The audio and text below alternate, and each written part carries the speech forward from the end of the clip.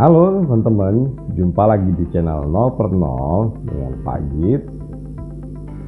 Materi yang Pak Git angkat kali ini adalah tentang reuni 212 ya, yang kemarin itu baru terjadi gitu ya. Dan kali ini 212 itu beda rasanya, bedanya dalam arti kebalikan dengan yang dulu lah gitu, lebih terasa adem. Beda, kalau dulu kan hingar-bingar gitu ya, hingar-bingar karena waktu itu kan mereka protes demo untuk menjatuhkan Ahok gitu kan gitu ya.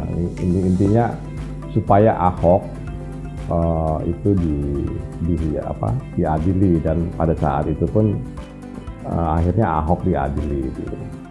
Dan tidak seperti yang lalu-lalu gitu, kondisinya agak minimalis sekarang dibandingkan tahun-tahun sebelumnya.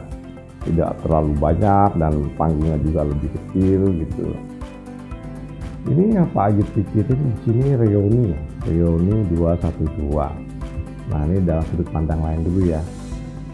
Reuni itu kan biasanya dulu yang terjadi adalah orang sekolah gitu ya, atau dalam lingkungan pendidikan, atau biasanya sih reuni itu lebih cenderung kepada lingkungan pendidikan, makanya bisa direuni. Nah, ini kemudian demo satu hari kemudian dijadikan reuni gitu loh. Ya ini cuma intermezzo aja gitu, buat lucu-lucuan, maksudnya kita nggak bahas serius-serius amat ini. Reuni 212 itu ya rasanya memaksakan untuk kalimat dalam pembahasannya, tapi dalam hal ini ya pembahasan kata ini hanya sekedar intermezzo aja gitu teman-teman. Dalam hal ini, maksudnya dalam reuni ini ada berubah pandangan. Yang di situ Habib Rizik yang Pak Agit sebut di sini HRS ya dalam konteks ini. HRS itu berpendapat bahwa kita itu bersatu, jangan mau dicerai-berai seperti itu ya. Intinya ini bagus, maksudnya wacana yang disampaikan beliau bagus gitu ya.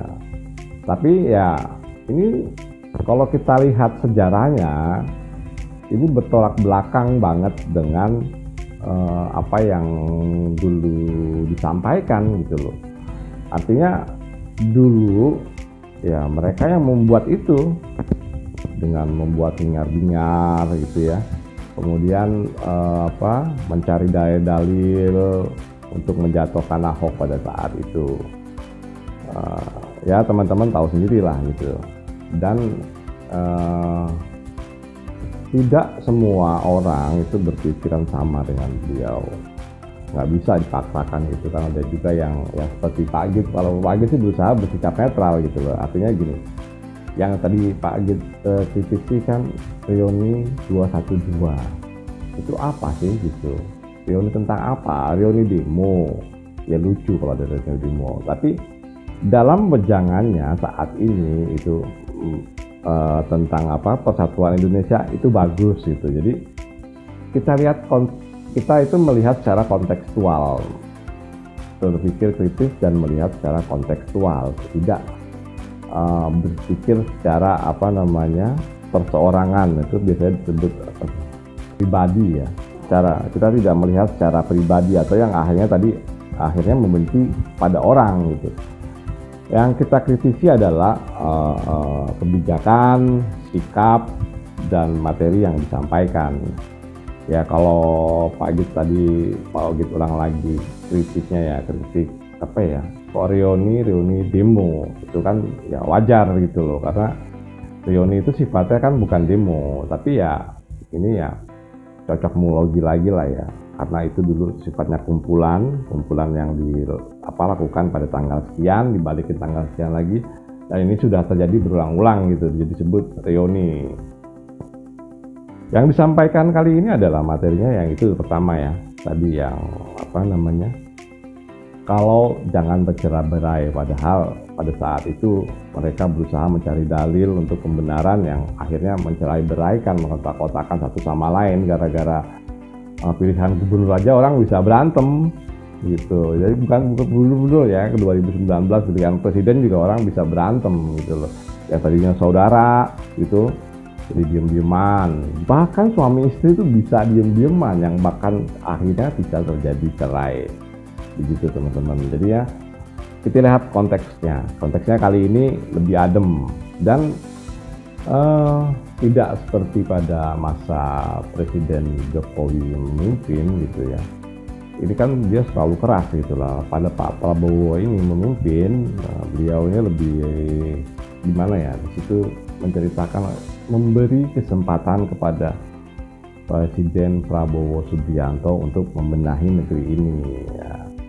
Kalau kontekstualnya ini sih oke, maksudnya lebih memberi kenyamanan terhadap rakyat Indonesia. Tapi kalau konteksnya yang dibangun seperti itu, waktu seperti kemarin yang sebelumnya ini, Pak Agit agak kurang setuju gitu, yang sebetulnya menggunakan topeng agama untuk menggerakkan politik gitu teman-teman. Bahaya sekali soalnya kalau agama ini terus digerakkan menjadi bertopeng agama, menggerakkan politik, itu berbahaya sekali. Kita bisa lihat pergerakan di Timur Tengah itu seperti apa gitu, yang sampai sekarang orang Islam dengan Islam sendiri nggak pernah tenang, berantem begitu. Ya kita bisa lihat Syria, kemudian bisa kita lihat Irak kayak gimana. Ada lagi malah satu di Somalia itu orang satu agama, satu pahamnya Wahabi ya, berantem juga. Itu gara-gara politik. Jadi kenapa tadi Pak Agit mengatakan topeng agama dibuat mengangkat politik ini berbahaya? Kita bercermin kepada negara-negara Islam yang ada di Timur Tengah yang sampai sekarang tidak berdamai-damai. Ya mudah-mudahan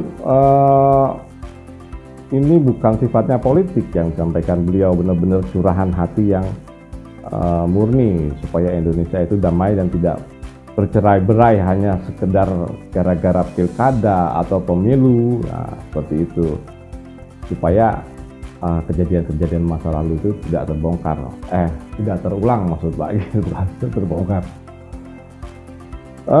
Sebelum melanjutkan itu, ada satu titik poin yang menurut Pak Agit ini cukup penting dibahas gitu dari ceramah HRS ya. Kalau yang sebelumnya Pak Agit yang soal tadi cerai-berai itu, Pak Agit tidak ambil videonya. Yang ambil videonya itu masalah ini teman-teman ya. Kita lihat videonya. Maka itu saya minta dengan tulus, dengan sangat hormat kepada yang kami hormati Bapak Presiden Haji Prabowo Subianto. Tolong Pak, bersihkan pemerintahan Bapak dari orang-orang yang bermasalah. Baik bermasalah dengan korupsi, bermasalah dengan judi, bermasalah dengan pelanggaran HAM, bermasalah dengan segala kemungkaran dan kerusakan negeri. Jangan mereka dibiarkan, proses hukum, tegakkan keadilan bagi bangsa Indonesia. Nah demikian teman-teman ya, udah kita lihat itu videonya. Jadinya yang dibahas itu adalah penegakan hukum yang dari korupsi, judi, dan ini adalah satu konteks yang menurut Pak Agit entah menyinggung atau Pak Prabowo Subianto suruh menghakimi dirinya sendiri, yaitu adalah pelanggaran HAM. Karena yang terjadi sejarahnya, kenapa Pak Prabowo Subianto pada masa lalu itu pernah kita tahu sendiri lah ya, pernah dipecat dari militer itu karena kasus pelanggaran HAM. Nah, di sini